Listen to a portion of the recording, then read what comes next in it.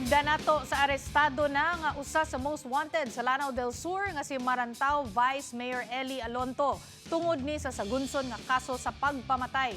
Ug si Albuera Leyte Mayor Kerwin Espinosa sab gi-surrender ang mga armas pero dili tanan. Kana uban pa sa report ni Ian Melesio gikan sa The Freeman Banat News. Gikumpirma sa Philippine National Police o PNP nga nadakpa na ang wanted nga Vice Mayor sa lungsod sa Marantao, Lanao del Sur nga si Ali Iskander Unte Alonto III tungod na sa kasong murder nga walay piyansa ug laing usa ka count nga kasong frustrated murder.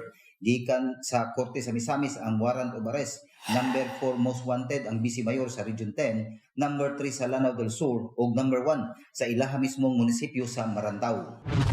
Di katakda po nga i-turnover na ni Albuera Leyte Mayor Kerwin Espinosa ang iyang mga loose firearms ngadto sa kapulisan pero iya daw nga taguan ang iyang mga lisensyadong armas para sa iyang proteksyon tungod daw kay naa pagyapon mga hulga sa kinabuhi sa kaniadto iban sa gang biggest drug lord sa Eastern Visayas sukad na siya nahimong mayor. Sa Tigbawan, Iloilo sad, arestado sa bypass operation ang giingong high value target na si alias Jojo. Ang Provincial Drug Enforcement Unit mao hinangulo sa maong operasyon ug ang shabu nga nakuha gikan sa iya niabot og 150 ka gramos nga naay street value nga sobra usa ka milyon ka pesos. Unya sa Ormoc, arestado ang usa ka security guard nga illegal nga namaligya og mga ihalas o wild nga mga langgam. Apil ana ang lain-laing klase sa mga langgam nga kalaw o hornbill. Matod pa sa mga otoridad, siyam ka buwan daw nilang ipanitan ang mga kalihukan sa suspect nga si alias Peter.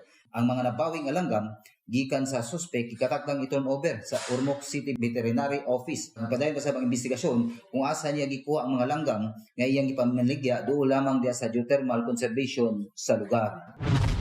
Unya sa Pikit, North Cotabato, gipaulanan og bala ang mag-uumang si Orlan sa Gitaon ug ang iyang asawang si Colimar.